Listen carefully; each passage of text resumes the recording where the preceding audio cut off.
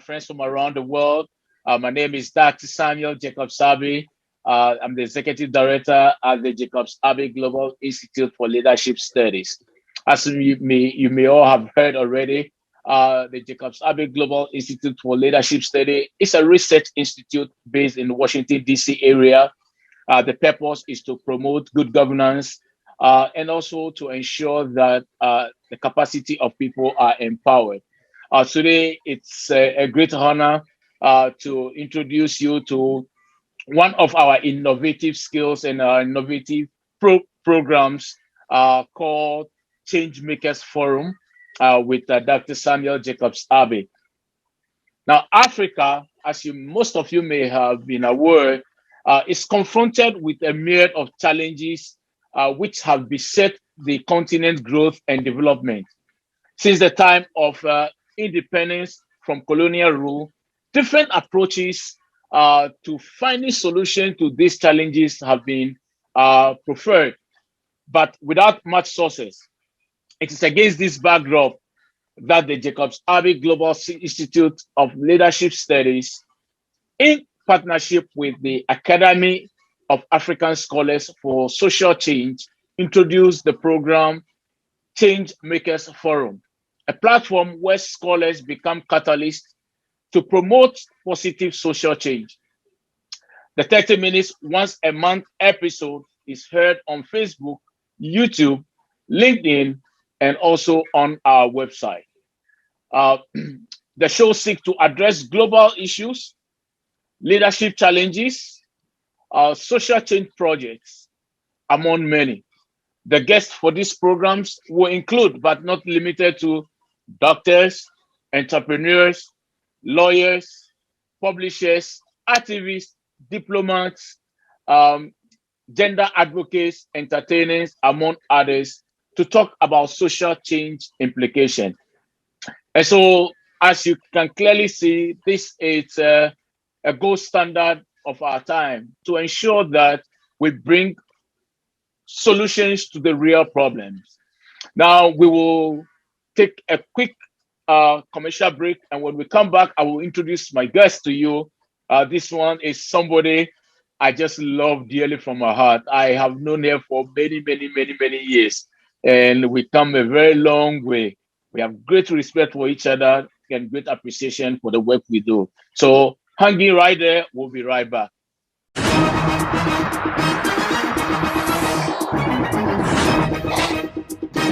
Hello, welcome to Jacobs-Abbey Global Institute for Leadership Studies, a research, teaching, training, and leadership institute that critically provides strategic transformational thinking to leaders and students with the opportunity to develop and create lasting impact in their institutions. Championed by a world-class faculty, one-on-one executive coaching, and peer learning, our programs are offered both online and in cohort sessions. Jacobs-Abbey Global Institute for Leadership Studies partners with academic institutions, civil society organizations, local communities looking to accelerate the impact of their leaders, more effectively engage teams, and build inclusive cultures of employee engagement and performance. We offer courses such as certificate, diploma, and advanced diploma in counseling psychology, marriage counseling, applied psychology, child mental health, conflict and peace studies, international human rights law, security and governance, and in gender studies. For enrollment, email enroll@jaglobalinstitute.org or visit us online at jaglobalinstitute.org.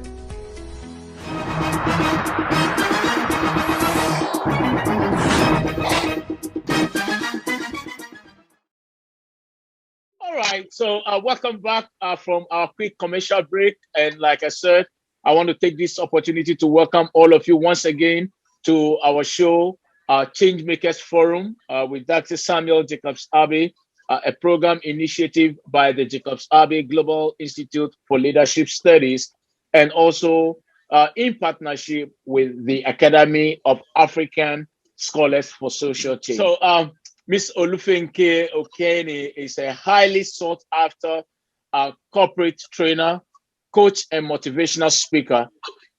She has been an accomplished business process analyst and personal improvement coach for more than 20 years.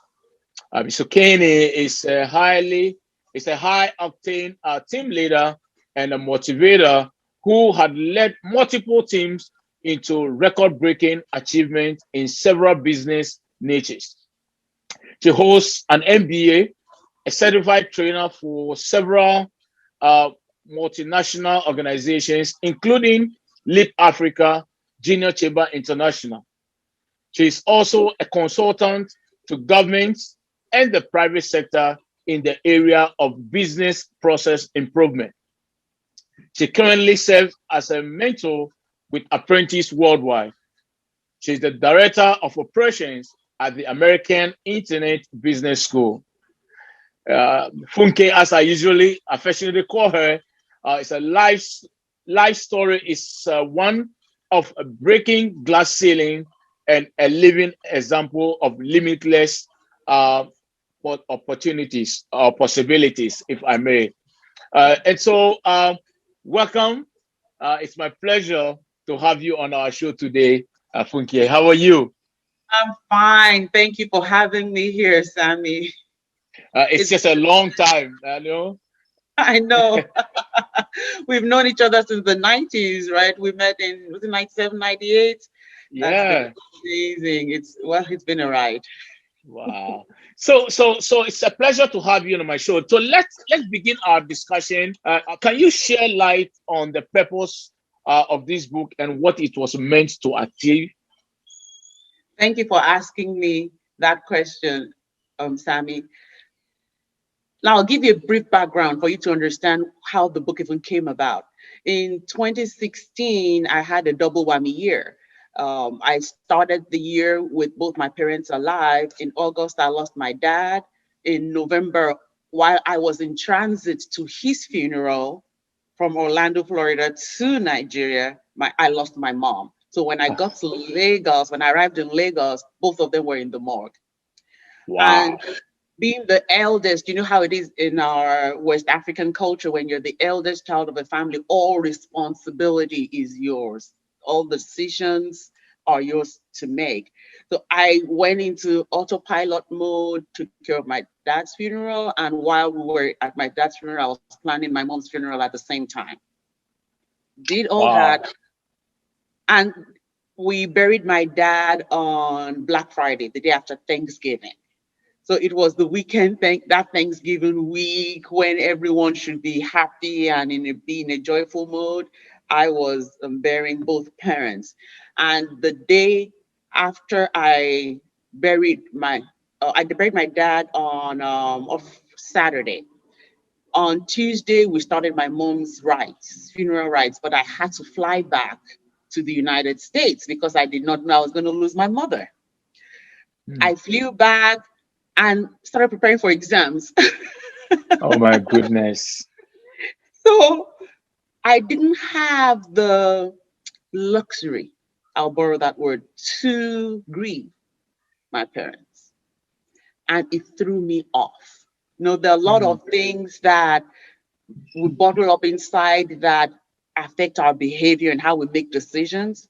I realized for someone who was raised to read books every single day, I realized I had gone it was almost 3 years before I could pick a book and finish reading it. Wow. However, along the way, I recognized that I was struggling to get anything done outside of work. Now, work, of course, there are standards, right? You have responsibilities, right? And because I consider my work my brand, I always made sure I was on point there. But outside of work, I didn't care about anything. The trouble is personal life, business life, it doesn't matter. It's the human being. They begin to, there are areas of convergence. They begin to seep in.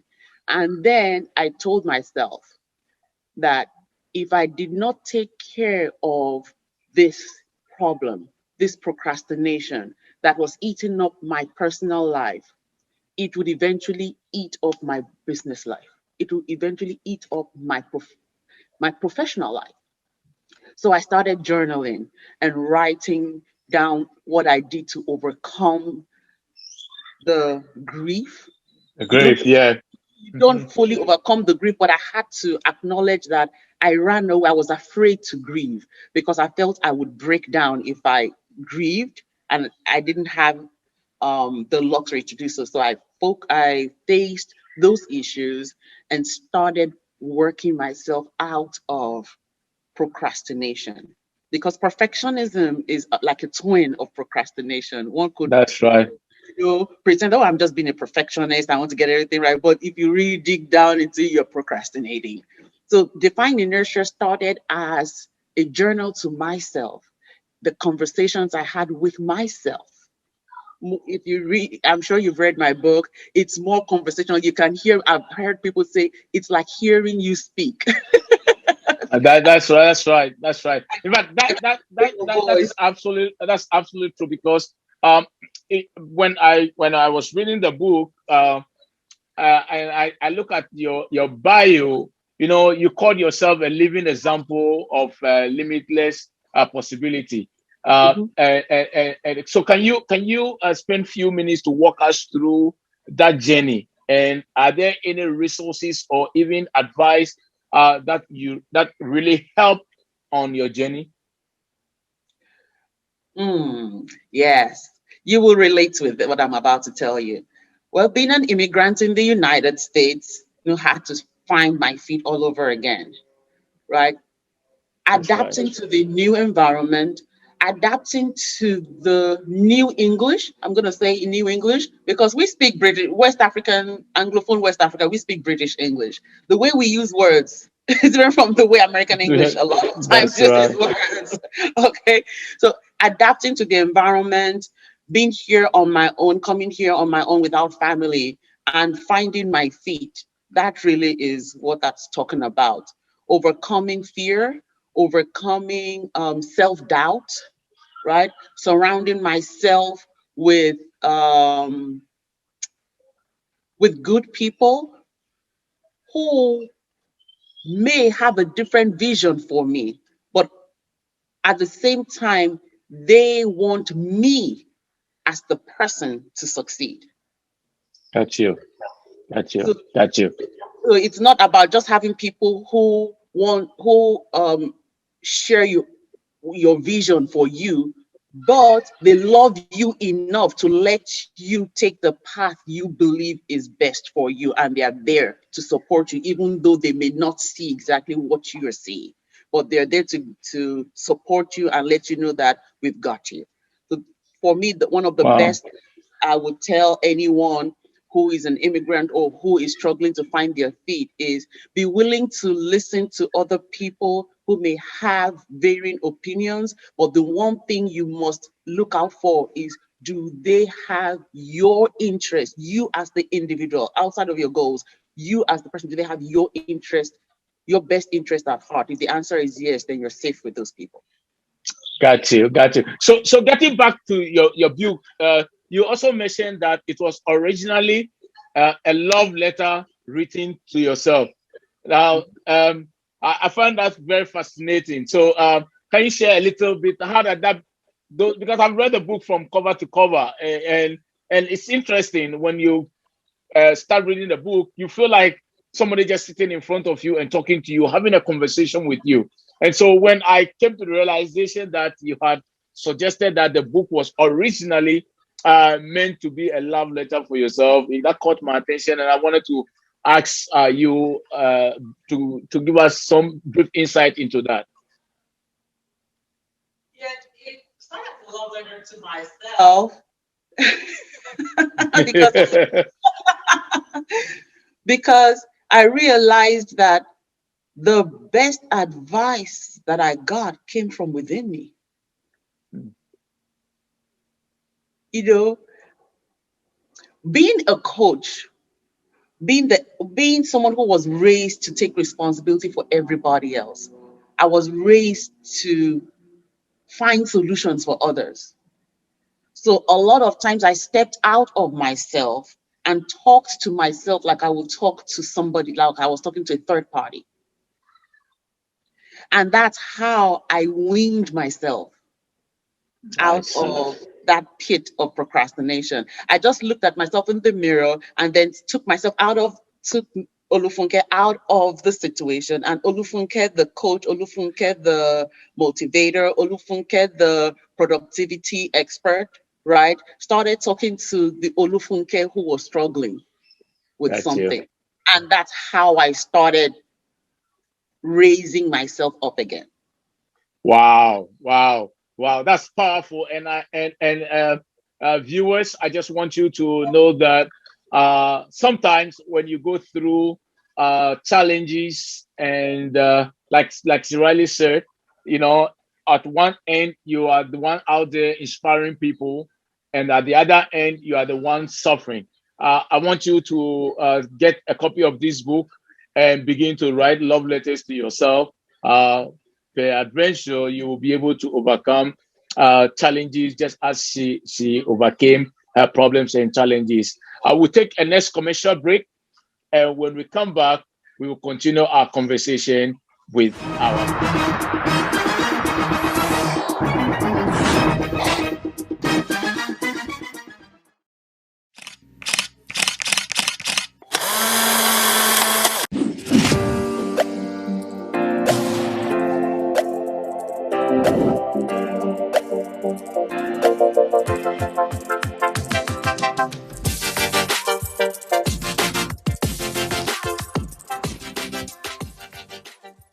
Access to healthcare has a direct impact on the quality of life of American citizens.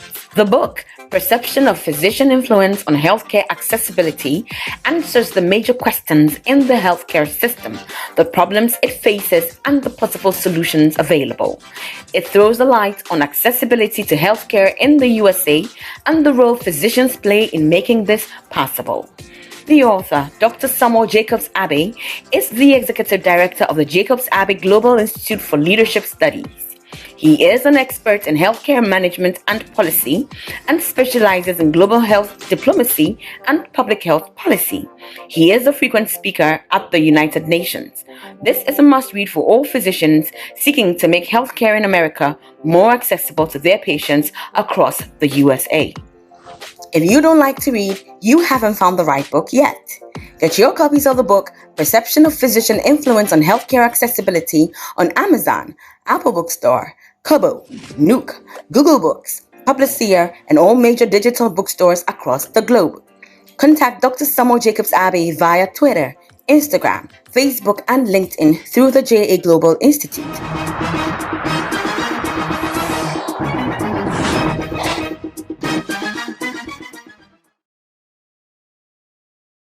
So welcome back from our commercial break, and once again, I am here with Olufunke Okeni, who is a IT project manager, author, and a consultant. I want to welcome all of you back to our program, Changemakers Forum with Samuel Jacobs-Abbey. So Funke, now let me ask you.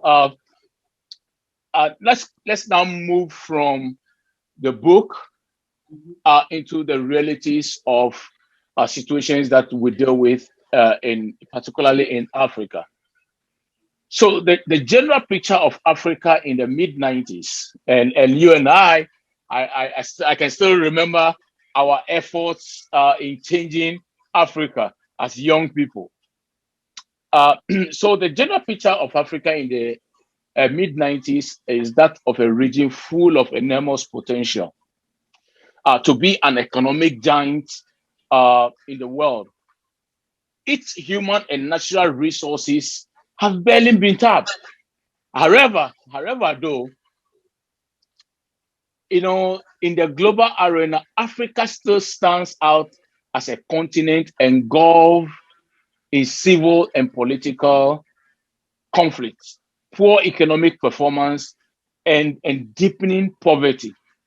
Now, in your experience as a consultant to government and private sectors, what do you think is the problem of Africa, and what do you think we can do to curb this problem? grandmother, my maternal grandmother, who was a princess, her father was a king. And so she had, she had some affluence, she had some wealth. Always made us, her grandchildren, the second Sunday of every year in the afternoon, sit out at her house. The whole family would come. She would make us sit at her compound, lay out food, right, for us to eat, but then invite neighbors, children from far away. Most of them would come in nothing. And my grandmom would make sure that we are dressed in jewelry, dressed to the nines, sit with them and eat from the same trays. And she always said, the way you see people determines how you treat them. The problem of Africa is about how we see ourselves. The lens is through which we see ourselves.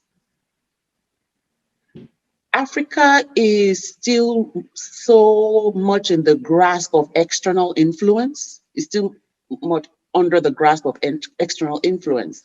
However, I believe that if on the continent we begin to value ourselves more than any other set of people, change would come.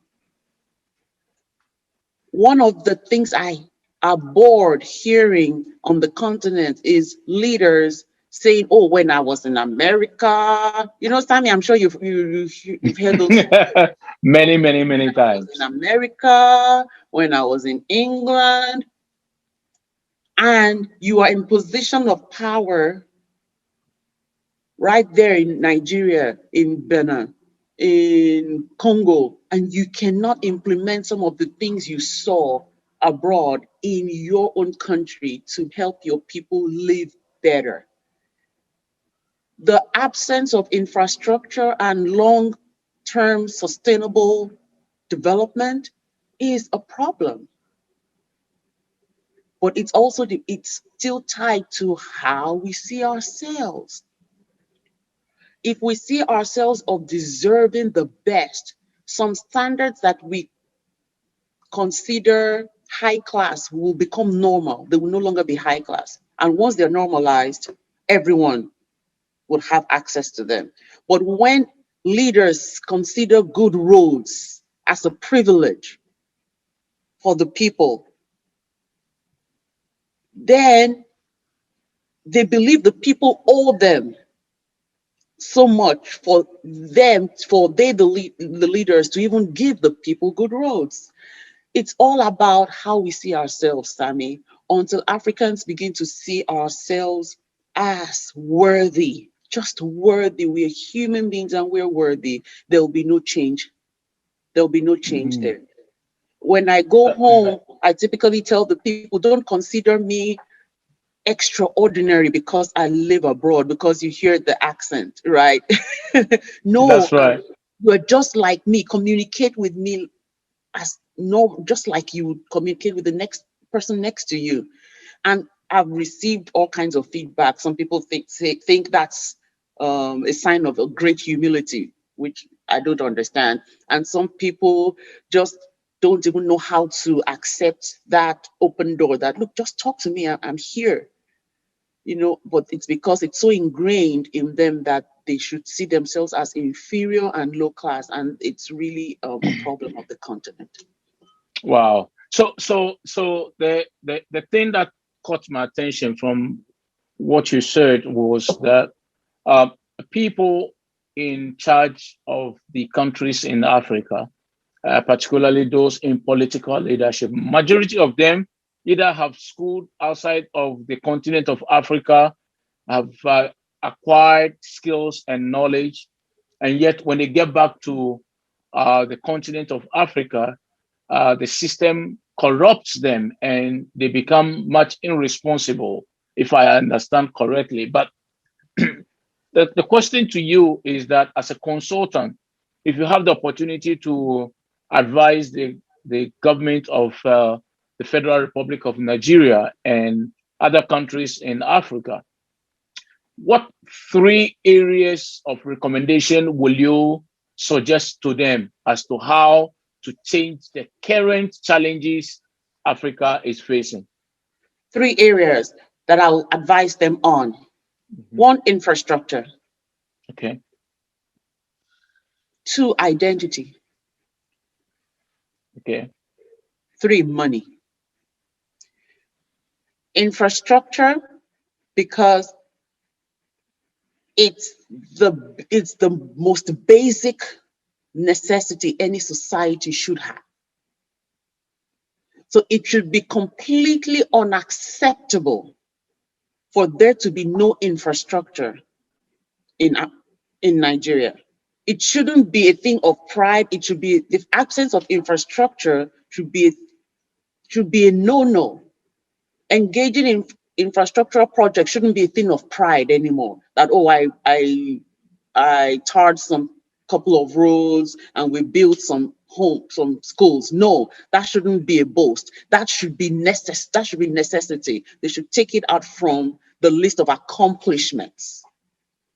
It should be things that they must do. Identity, begin to teach the people to see themselves as worthy human beings. When people see themselves, when people have healthier sense of self, right? It seeps into their environment. It seeps into how they treat one another and how they treat even their environment where they live. And money, there's got to be fiscal responsibility and the desire to control the value of their money. You see, going to the negotiation table with the mentality of a beggar puts you at a disadvantage. When when the people you're negotiating with, when the person on the other side, in quote, knows that you're willing to walk away, there's the atmosphere and the terms of negotiation change. You don't beg for respect. You put yourself in the position to get it, to command it. Completely understand. But the question that one may ask as a follow-up will be, Nigeria is known as, for instance, as a giant of Africa with all the resources you can think of. So it's amazing to see that even ordinary electricity is not available to every state or every community in Nigeria. Yet Nigeria is one of the world leading producers of oil. How do you reconcile the two? What do you think is the problem? But Nigeria just doesn't want to do it. And I'll tell you, some people don't agree with this, but Nigeria just does not want to do it. Why? I believe the average person in Nigeria is hoping that one day they would be in position, they will have access to the till, or know someone, be close to someone who has access to the till, so that they too can dip their hands into it. So anti-corruption can wait. Let it wait a bit. This is my very blunt feedback. Let it wait a bit. Let me see if I can quickly, get my hands on things before you guys start implementing these very strict measures that we really need to bring accountability to the system. Because if the people were not willing to look to tolerate that system, it would have changed. Got you. So in wrapping up, let me ask you this, and then we'll wrap it up. So now you have the opportunity to be in front of the African Union, where all the SL states of Africa are sitting, for you to provide them with two strategic approach as to how to coexist as Africans and how to manage our resources. Because like I said, from Angola to Zimbabwe, it's full of resources, and yet we are considered poor. what is the problem again, and how will you suggest or recommend a long-lasting solution to leaders? The first solution will surround identity, like I mentioned earlier on. But then one will They ask have that to, yeah. Africans are, of course, we understand the Western world is influencing the cultures of Africa, but Mhm. majority of African communities, of course, the urban societies has Mhm. been corrupted by Western influence. But Mhm. our localities still maintain our culture. Even those who live abroad still have an identity to their home. So when you use identity as a primary source of togetherness, if you can expatiate deeper so that my listeners and all viewers will be able to understand what you mean by identity. Okay. There are two sides to the coin of identity. As Africans, I do not believe we should just be lumped as one Africans because we are very diverse. That's right. Each nation should be able to own its identity while remaining within the whole called Africa. So, as a Nigerian, I should respect your uniqueness as a Ghanaian. I should respect your boundaries as Ghanaian. I should respect, okay, you have your cultures, you have your ways of doing things as Ghanaian, while you respect mine, right? Not That's lumping right. us all as Africa as if it's just one bland country. It's not a country, it's a continent. Our individual identities must be respected. And at the same time, we uphold, we recognize that we're part of the whole called Africa. And the image of Africa should also be something that we are committed to creating as as that of excellence, as that of first class. Got you. Got So you. African governments, when they're talking of Africa, Africa, Africa, because I have heard this feedback before. Some people don't want to hear anything Africa. They're Africans, but if a Nigerian, for example, is talking to them and they're from a small country, I don't want to mention any particular country, right? They feel that you are only talking from a place of advantage. You want to take advantage of them. They don't think that you consider their benefit as well. Got you. Got you. So people don't really, I realize that people chafe at the Africa label because it robs them of their own identity. Like people are eating Got you. African food, they're eating Nigerian food, they're saying it's African food. People in Zimbabwe don't eat it. What's African about it? Is it eaten on all over the continent? Is it eaten in like at least 50% of the continent? Right? So not strip when it comes to identity, we don't strip our individual identities as countries.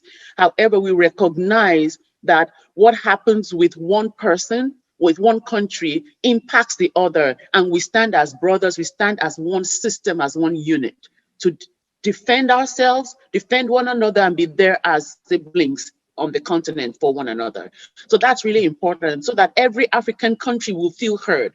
Every African will feel heard when you say Africa. They know that you are including them, you see them, and they are not invisible when you mention Africa.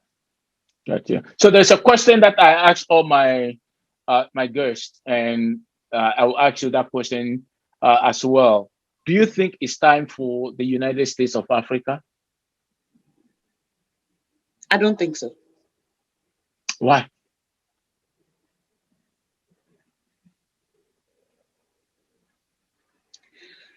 Francophone nations don't have their own agency. If we want to start United States of Africa, then the first thing on the agenda will be to get Francophone countries their own agency. If without that, it will be Anglophone Africa, maybe Portuguese Africa, other non-Francophone Africa, and France.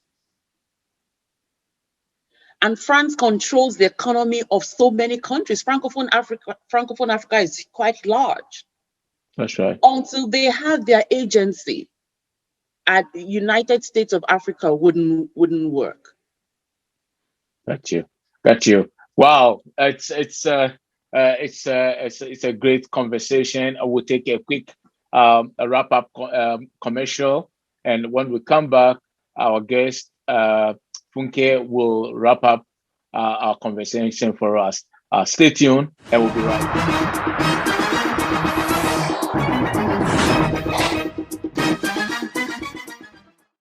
Dr. Grace Faraja Kundabantu, and I'm the founder and CEO of African Gazelle Foundation.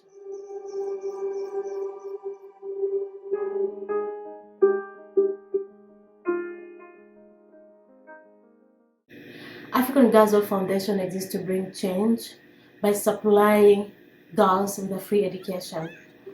Our mission is to provide education to as to many girls as possible, for we believe that by educating these girls, education will not only benefit them, but it also benefit their nations, their communities, and their families. I am Sandrine Muera. I am in class 8. I come from a family of 9 members from DRC Congo. That is my parents and 7 siblings. We are 5 girls and 2 boys. I would like to appreciate the African Girls of Hope Foundation for the support you have given me.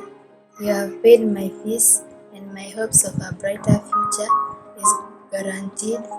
I'm confident that my goals of becoming a doctor will one day come true. Many of our girls are orphaned by war.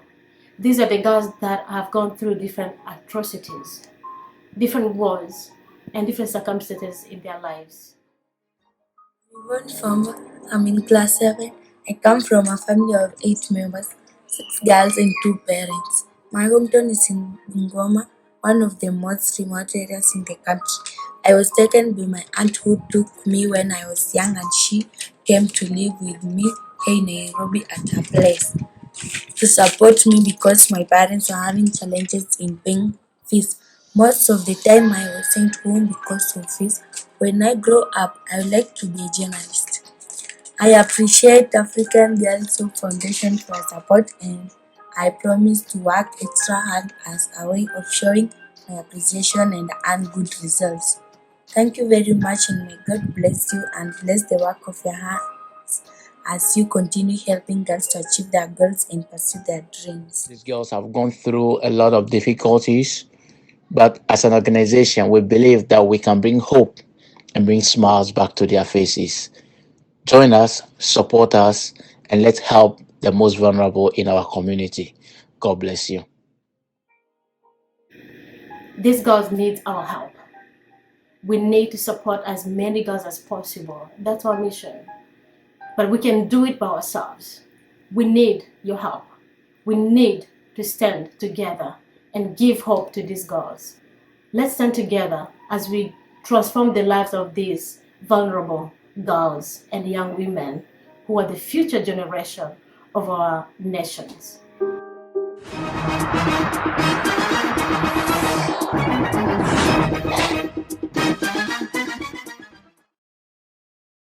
From our commercial break, and we're about to wrap up our conversation once again.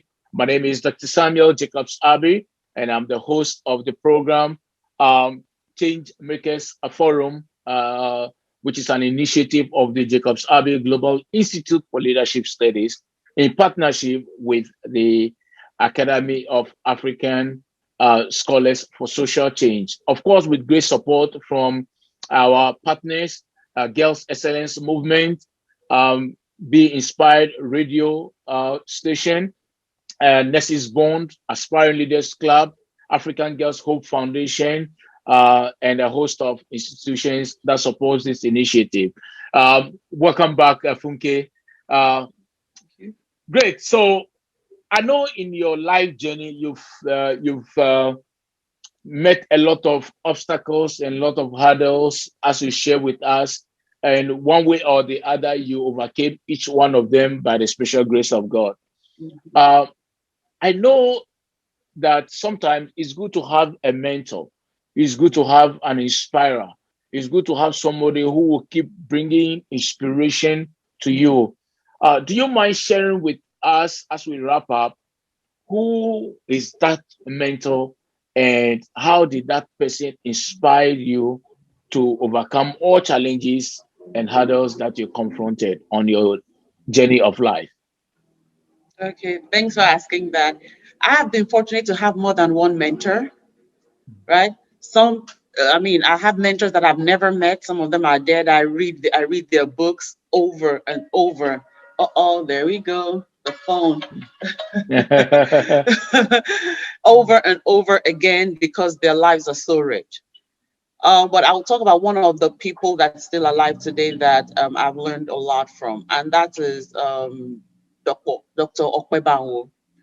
Um, I I've known him for so long, right? But you know how it is when you know someone and you just almost take things for granted because okay, Granted. hi, how are you? And then of recent, we got talking and he shared some of his experiences with me, and I was like, okay, you know what? I rather than a friend, I'd rather you be a mentor. Got you. I said, I'd rather can we change the dynamic of our friendship? Be a mentor where you talk to me, you give me the hard feedback that I need to get, you know, and then the friendship can be secondary to that because I recognized that in him things I needed to learn, his grit, his ability, his emotional intelligence. We don't always agree on things. I have to tell you, if we talk politics, we're on the very opposite ends of the spectrum politically, okay? But his grit and some of his life experiences really, really shocked me that he overcame those things. And I go back to his books. I don't call him all the time, but I go back to his books and learn a lot from him. As a Christian, one character in the Bible that I study over and over and over, two characters in the Bible I study over and over and over again is King David, the Jewish king in the Old Testament, and the Apostle Paul. The things they overcame to remain within the boundaries of their destiny, to use those terms, to accomplish the goals that they wanted to accomplish. And so even when I really battled depression, finding, going back into their lives and just studying about them again helped pull me out. So those were mentors. I would use those three as mentors. I've always had the Wow. ability to listen to people, read different people's lives and learn from them. But those are three persons that all across board over the years have been mentors. Dr. Kwebanwo, who is alive, and those two characters in the Bible who are dead, and whose lives still continue to, mentor and inspire me in a lot of ways.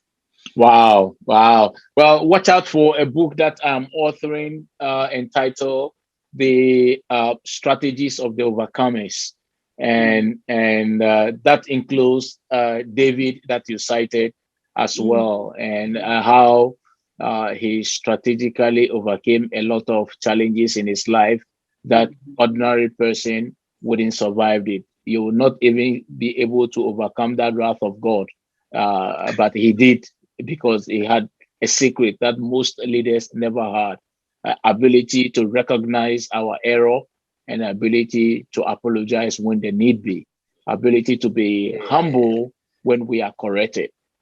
Oh my And goodness. so it's a book you will love when it comes out. You will appreciate it. But I must tell you, it's been a great and wonderful time with you today. I know we can go on and on and on and on, but we'll definitely cross paths with you again to continue with our conversations. But I want to thank you so much. What is your last word for our audience, and then I will bring the curtain to a close. To the audience, I want you to know that you are seen, you are heard, you are enough. There are more There may be a lot of people around who may not be for you, but there are more people around who are for you than you know. So open your eyes, be willing to learn from every experience, and believe that wherever you go, you will meet good people. Biggest thing you can do for yourself is to be disciplined and be emotionally intelligent. And I wish you all the best and see you at the top. Wow, wow. Thank you very much for sharing this powerful moment with us. And I want to once again thank all of you from around the world who are watching this show. Continue to stay tuned, continue to follow us. And I guarantee you, every month you'll be inspired. Once again, on behalf of the Jacobs-Abbey Global Institute for Leadership Studies, and also in partnership with the Academy of African Scholars for Social Change, I want to thank you again, Afonke, for your time with us. And I want to thank our listeners all over the world for spending some time with us. God bless all of you. Enjoy the rest of your evening, morning, wherever you find yourself, and continue to stay tuned and enjoy future programs from us. God bless you and have a beautiful day.